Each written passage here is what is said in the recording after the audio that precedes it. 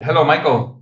Hello. The question for today says, does the purification of the mind proceed from the grosser to the subtler? To what extent are partial surrenders, being willing to surrender to God certain desires or fears, necessary when in trying to attend to ourselves, we only see that it's not possible? If we have a taste for self-inquiry, but not yet enough and practice surrender, to what extent is it important that we identify the true value to us of that which we are reluctant to let go of? Firstly, the purification of mind, does it proceed from a grosser to the subtler? Um, that is, the impurities in the mind are the Vishaya vasanas, which are subtle. And those subtle Vishaya vasanas are what give rise to likes, dislikes, desires, and so on. So, for someone with an outward going mind, they will be aware only of they'll be aware of the desires. They won't be aware of the desire. They'll be aware of the desires only in a fully uh, um, sprouted form. They won't be so clearly aware of the seeds that have given rise to those desires. In other words, the vasanas.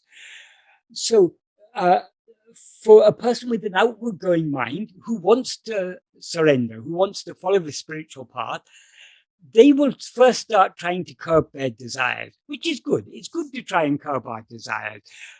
But as we go deeper in this path, we understand that what underlies the desires, what gives rise to those desires are the vasanas. And it's at that seed level. If we can curb it at the seed level, that's more effective than curbing it at the grosser level of vasanas. If that is what is meant by does it proceed from grosser to subtler, yes, in the sense it does. Also, the means by which we purify the mind, we will at first be drawn to a grosser thing. But Bhagavan has explained this very nicely in verses 3 to 8 of Upadesha Undiyar. In verse 3, he says, what he had said in verse 2 is that the fruit of action passes away. That is, when we experience an action, that fruit is finished.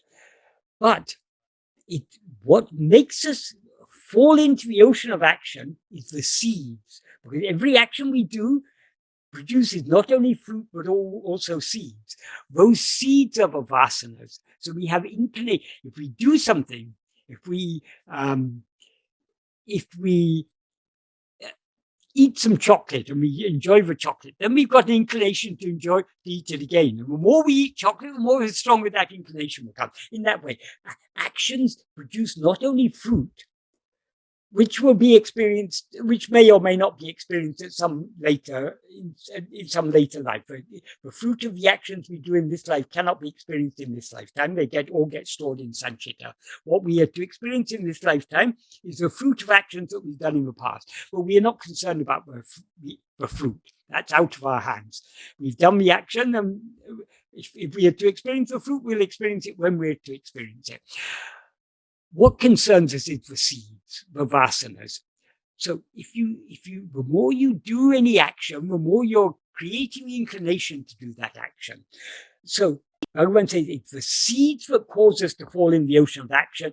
Therefore, action does not give liberation. That's verse 2 of Upadesha Undiyar. So if action doesn't give liberation, what can we do? How can we get liberation? We want to do something.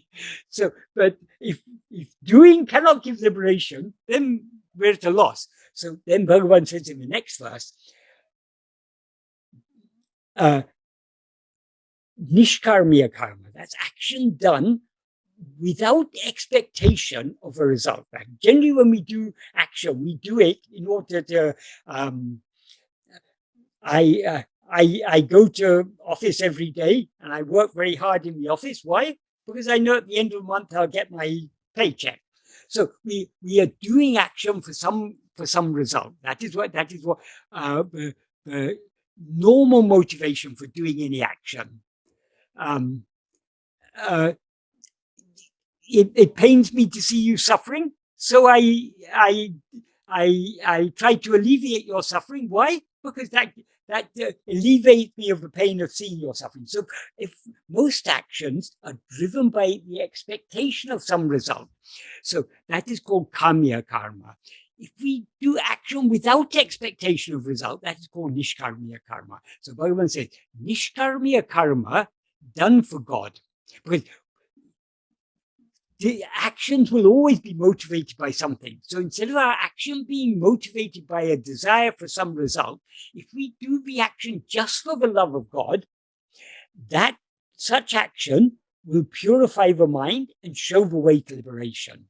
That is, the way to liberation is not any action, but only the purified mind will understand what is the way to liberation. The way to liberation is only by turning within and being as we actually are. Turning within is not an action, it's a cessation of action. So, but in order to understand that, we need a purified mind. And that purified mind is gained by nishkarmiya karma done for the love of God. So doing nishkarmiya karma is what is sometimes, it's one of the 4 yogas. It's what's called karma yoga. But Bhagavan doesn't take karma yoga or karma marga, the path of karma, to be separate from the path of bhakti. That the preliminary stages of the path of bhakti are what are called the path of yoga. Because that's why Bhagavan doesn't talk just about nishkarmiya karma, because it's impossible to do action without some motivation. So instead of being motivated by desire for any result, if we do it only motivated by desire for God, that is what Bhagavan's talking about here. And what purifies the mind is not the action, it is the love with which we do it. Because we're doing it for God, that love will purify the mind. So that's in verse 3. Then in verse 4, he says, this is certain. Action, puja, japa, and dhyana are actions of body, speech, and mind. Puja means worshipping physically. Japa means a repetition of a mantra or a sacred name, a name of God. That is vocal. And meditation, dhyana means meditation, which is mental. So this is certain. Puja, japa, and dhyana are actions of body, speech, and mind. Each is superior to the previous one. So better than the puja is japa. Better than japa is dhyana, is meditation. In what sense is it better? Is it superior? What is the subject Bhagavan is talking about? He's talking about the purification of mind. That is, he said in the previous verse that if we do action without desire, but just for the love of God, that will purify the mind. So when he talks about one being superior to the other, to the previous one, he means it's more effective in purifying the mind. So here he's saying that it's actions done by the body are relatively gross. Actions done by the speech are subtler. Actions done by mind are subtler. So the subtler are more effective in purifying the mind than the grosser. Because there's always the subtler are more powerful, the grosser are less powerful, because those gross things derive their power from the subtler things. And then he goes on in the next 3 verses. In verse 5, he talks about puja, what type of worshipping any of the 8 forms. That means any of the God is conceived of having 8 forms, which includes all the 5 elements, which means just about everything, all material things, and sun, moon, and jivas. So worshipping any of these is a good worship of God. So that means if you worshipping any of these, considering them to be God, considering them to be forms of God, is good worship of God. So whatever you may worship, if you're worshiping it, considering it to be God, that is good worship. And that worship, it can mean ritualistic worship. It can also mean, because one of the 8 forms of God is jivas, in other words, sentient beings, doing service to sentient beings can also be taken as a type of puja. So if you helping to alleviate suffering, whether of people or of animals. And if you're doing it with the attitude that those who you are helping are forms of God, and therefore the love of God you're doing it, that is a good worship of God. But that's not the main thing that is referred to here. There's more to do with ritualistic worship. It can include worship of any kind, so long as you consider what the object of your worship to be a form of God. Your worship of it is good. Then in the next verse, he says, talks about japa. Rather than hymns of praise, japa done aloud is good. Rather than japa done aloud, japa whispered faintly within the mouth is good. Rather than japa whispered faintly within the mouth, japa done only within the mind is good. That is meditation, he says. Whatever is done only in the mind is meditation. And then that's verse 6. Verse 7, he talks about meditation. And he says, rather than interrupted meditation, uninterrupted meditation is good. Why?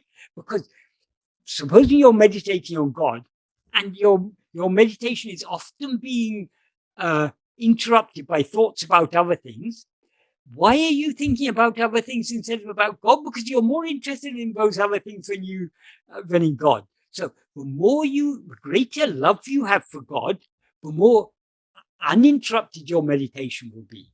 So better than the uninterrupted meditation. The uninterrupted meditation is very good for purifying the mind. So he's been going from the grosser to the subtler, and the subtler is always more effective. And then in verse 8 he says, rather than Anyabhava, and Anyabhava is best of all. Anyabhava means meditation on what is other. So rather than considering God to be something other than ourselves and meditating on him as such, in other words, meditating on him as a name or form or something that we take to be other than ourselves, understanding that he is I, and therefore meditating on him as nothing other than I, that is the best of all. In other words, what is an Anyabhava? Meditating on nothing other means meditating only on oneself. Meditating only on oneself is what is otherwise called Atma-vichara. So this is best of all, because this is the subtlest of all. Where if you're meditating on God as other than yourself, then you take God to be a name and form. And you're meditating, that name and form is relatively gross. To whom does that name and form appear? To me. That me to whom all names and forms appear, that is ego. So that is the subtlest. So in turning our attention within and meditating only on I, and even when we investigate this ego, we are not investigating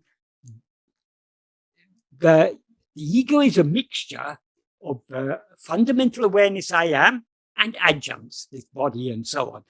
What we are investigating, when we investigate ego, we're only investigating, as Bhagavan said, the essential chit aspect, the essential I am aspect, the awareness aspect. That is what we're investigating. That is the subtlest of all. So when we are tending to I am, that is the most effective, that is anaitena mutum, Bhagavan said, that is best among all. So attending to ourselves, attending just to I, is the most effective means to purify the mind.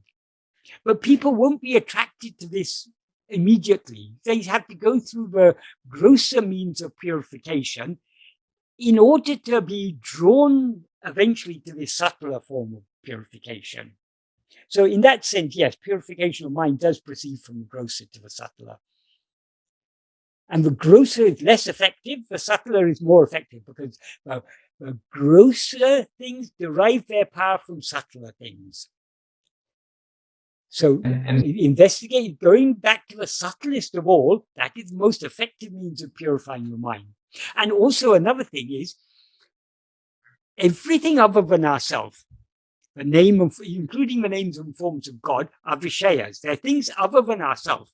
So attending to those things, we are not going directly against the vishaya vasanas. We are cultivating the inclination to focus with love on one vishaya, a name or form of God, rather than other vishayas. So we are weakening other vishayas, but we are strengthening the other vishaya vasana, the inclination to attend to other things, strengthening this vishaya vasana. But because this vishaya vasana is a vasana of love, It will help us, but it's less helpful than turning our attention within. When we turn our attention within, we are not allowing ourselves to be swayed by any Vishaya Vasana at all. So since the Vishaya Vasanas are the impurities that we're trying to purify, attending to ourselves is the most effective way of weakening them and thereby purifying the mind. So that's the first question. Then the next question is, to what extent are partial surrenders, being willing to surrender God certain desires or fears, necessary when in trying to attend to ourselves, we only see that it is not possible? I think what this means is, for people who find it difficult to attend to whom it seems to be impossible or difficult to attend to themselves, is it appropriate to partial surrender, to give up certain desires? That is, we cannot give up our desires and our fears one by one. I can't just decide, okay, from today I'm going to give up my desire for chocolate. I may decide I'm going to stop eating chocolate, but I can't say I'm going to, from today onwards, I'm not going to desire chocolate. We can curb the desire for chocolate by not dwelling on it. Whenever the thought of chocolate comes in our mind, we quickly put it out of our mind because we don't want to dwell on that. If we dwell on thinking about chocolate, then the desire will become strong again. So we can curb our desires, but we don't exactly give up our desires. But the more we avoid dwelling on the objects of our desires, we are thereby curbing the desires. But the inclination to dwell on those objects of our desires are the vasanas. So it's at the level of the vasanas, but we need to curb, or that it's most effective if we curb it at the level of the vasanas. But in order to curb it at the level of the vasanas, the most effective thing is to cling to I am. So we can surrender to a certain extent out of love for God. Okay, not my will, but only your will. Your will is my will. We try to surrender our will to God. That is good. That can help to purify the mind, but we cannot surrender our will entirely to God so long as we remain separate from God, because inevitably, as ego, we will have Vishaya Vasanas, and those Vishaya Vasanas will give rise to likes, dislikes, desires, and so on. So we can reduce the strength of our desires and attachments, and our likes and dislikes and so on. We cannot entirely get rid of them without getting rid of their root ego. In order to get rid of ego, we need to attend to ourselves. So, yes, the path of surrender begins with devotion to God. We try to surrender our will to the will of God. That is, we want to give ourselves to God. What stands between us and God is our will.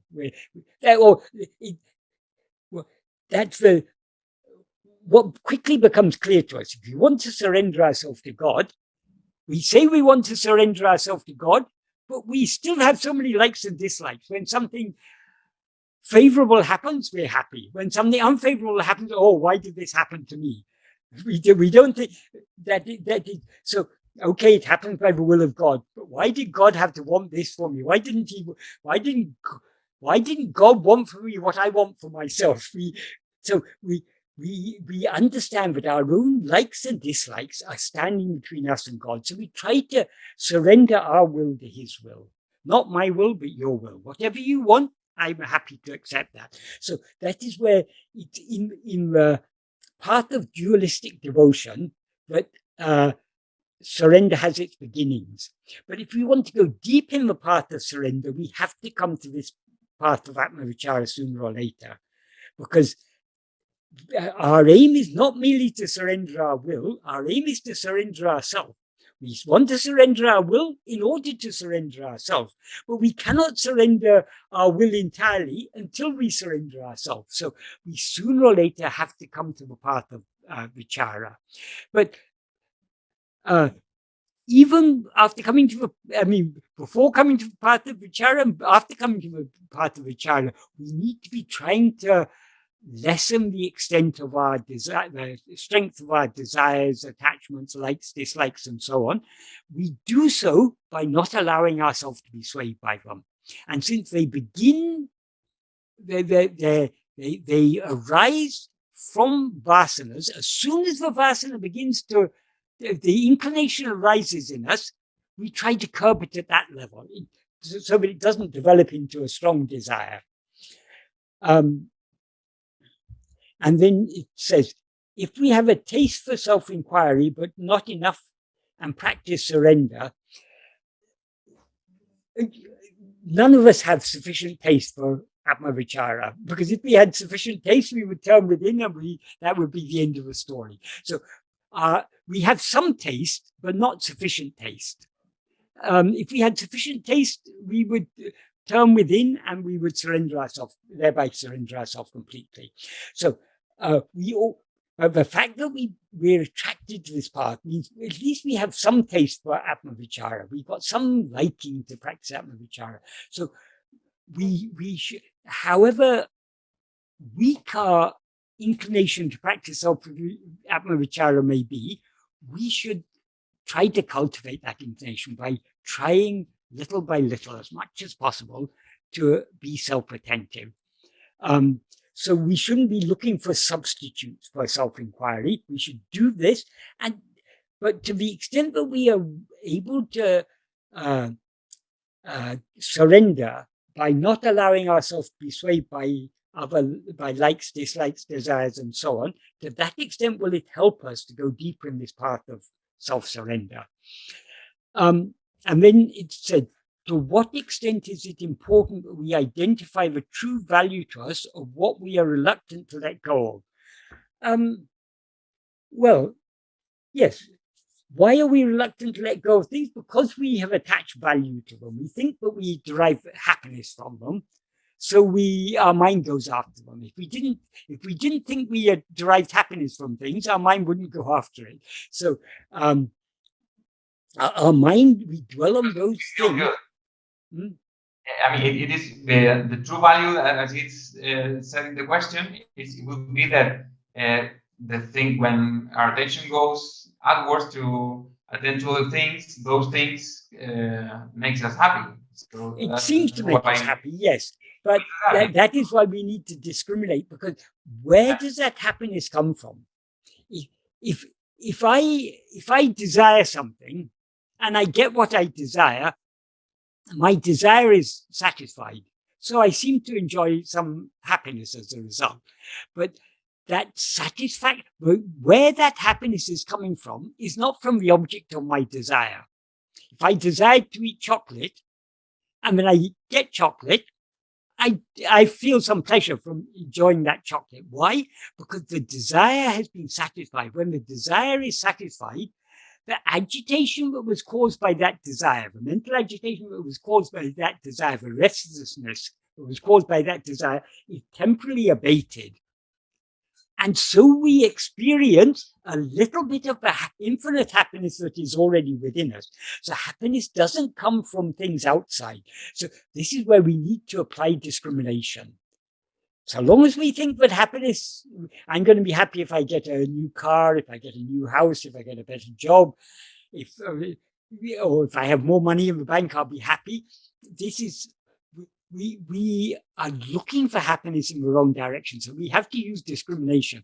However much money I have in the bank, I'm not going to be happy. However big my house is, I'm not going to be happy. Because I'll get that, I'll be satisfied. Oh, I got a nice house now. Very quickly that satisfaction will pass and I'll begin desiring something else. Oh, my house is a nice house, but my neighbor's got a still better house. So we want something more and more. We never that is, desires can only be satisfied temporarily. There's no such thing as a permanent satisfaction of any desire. The more we get what we want, the more we want of it. Even if we want very little out of life, for example, even if we want very little out of life, yes, that's still, even though we say, I just need a small apartment with, but you can be attached to that thing also. Yeah, that is good. It's good to keep our wants and our needs simple. But even if, supposing we want to live a very simple life, we don't want a lot of money, we don't want a lot of, there will be something that draws our mind outwards normally. There are some people who are not much interested in money or in cars or in houses or anything. They're very happy with a simple life, but they may derive pleasure from something else. They may derive pleasure from intellectual pursuits. So they want to read more and more books, or they want to, or they may like to be famous as a famous scientist or famous philosopher. They may not be interested in money and things, but still they want to make a name for themselves. They want to win a Nobel Prize. So unless that is, we are all seeking happiness in something outside ourselves. That is the normal state of the ego. Until we come to this path of self-investigation and self-surrender, we're looking for happiness outside ourselves. We may decide, I'm not much interested in the pleasures of this world. I want to go to heaven and to be with God. So I live a very simple life. I become a monk and living in a monastery. I live a celibate lifestyle. I don't want any possessions or anything.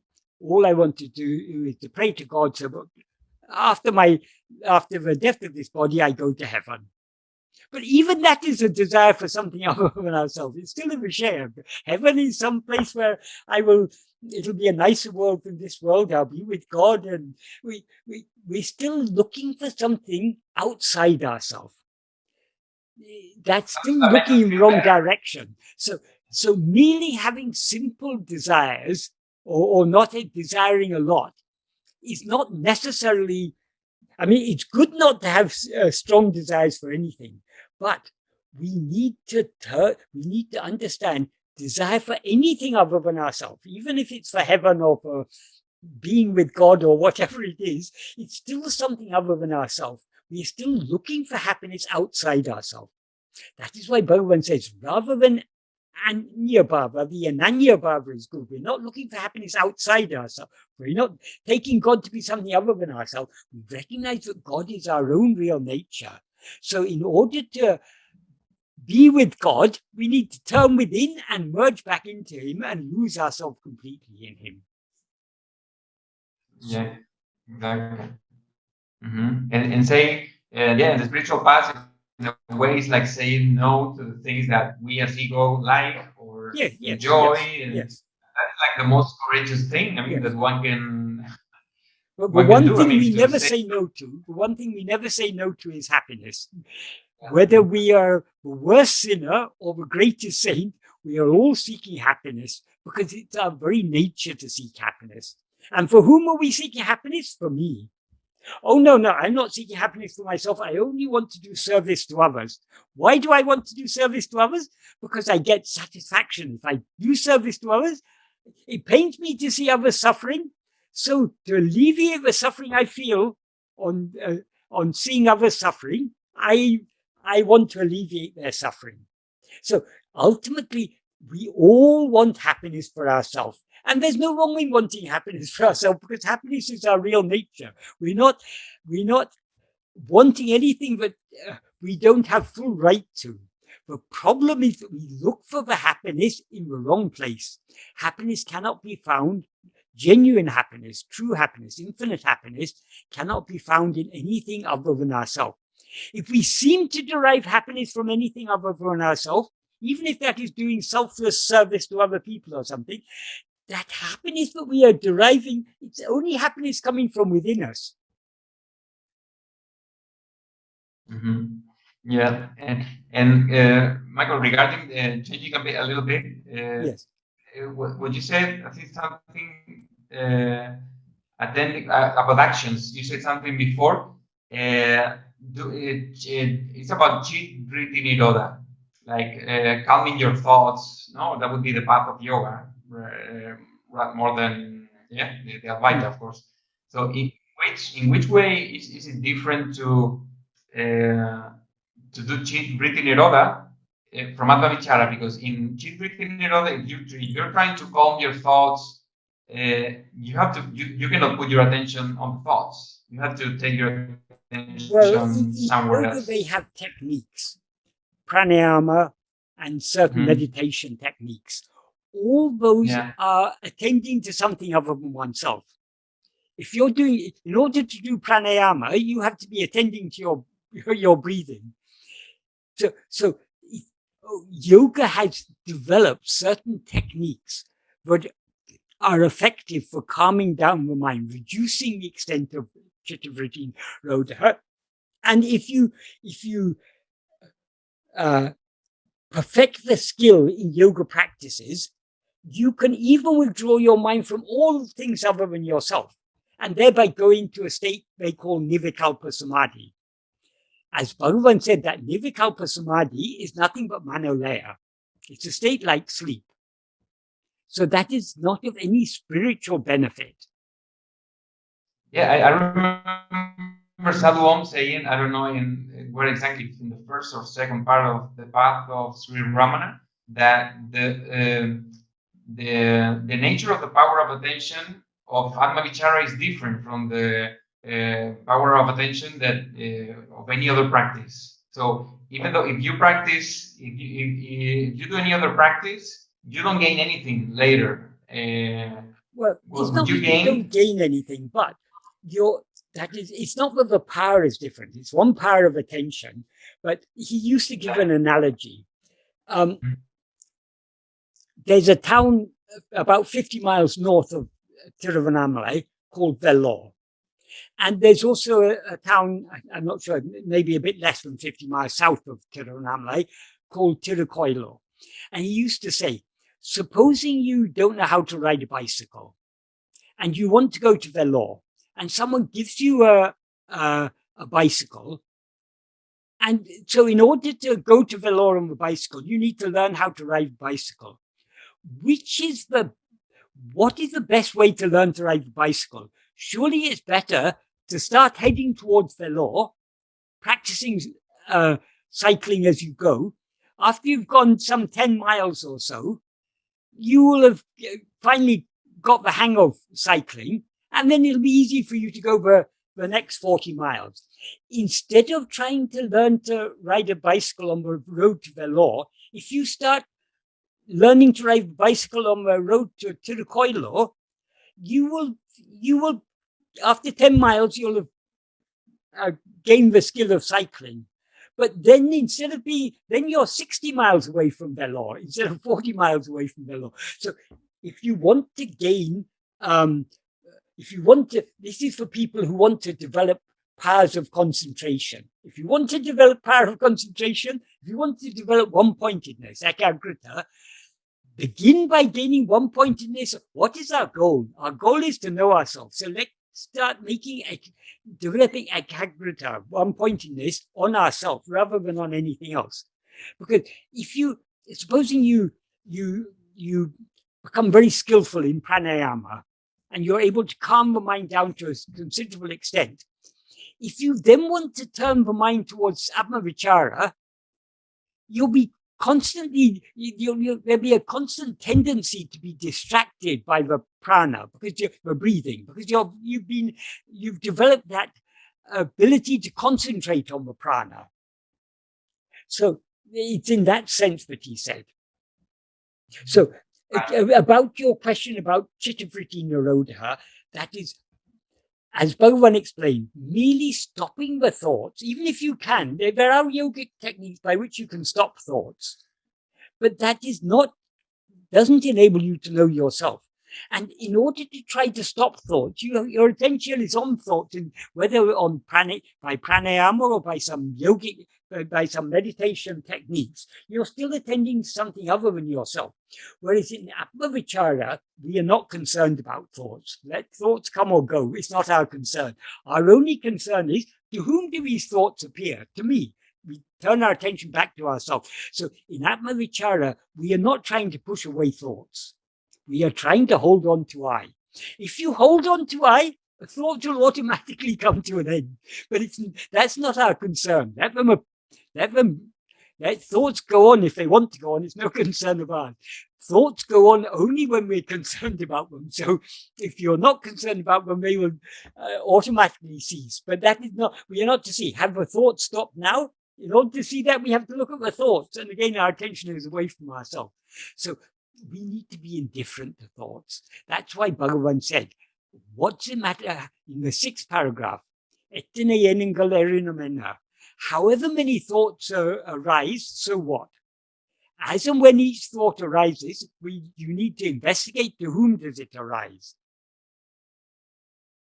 Yeah, and I guess Chitta Vritti Nirodha is a byproduct of curbing our vasanas by doing Atma-vichara and also by accepting Bhagavan's will Yes, as much as we can, I imagine.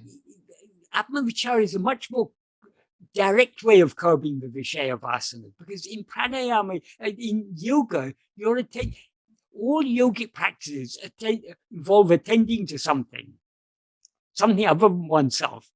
So long as you're attending to something other than yourself, you're not complete. You may be curbing other Vishaya Vasanas, I mean, the inclination to attend to other things, but you're not curbing the inclination to attend to whatever in fact, you're strengthening the inclination to attend to whatever meditation or pranayama or whatever it is.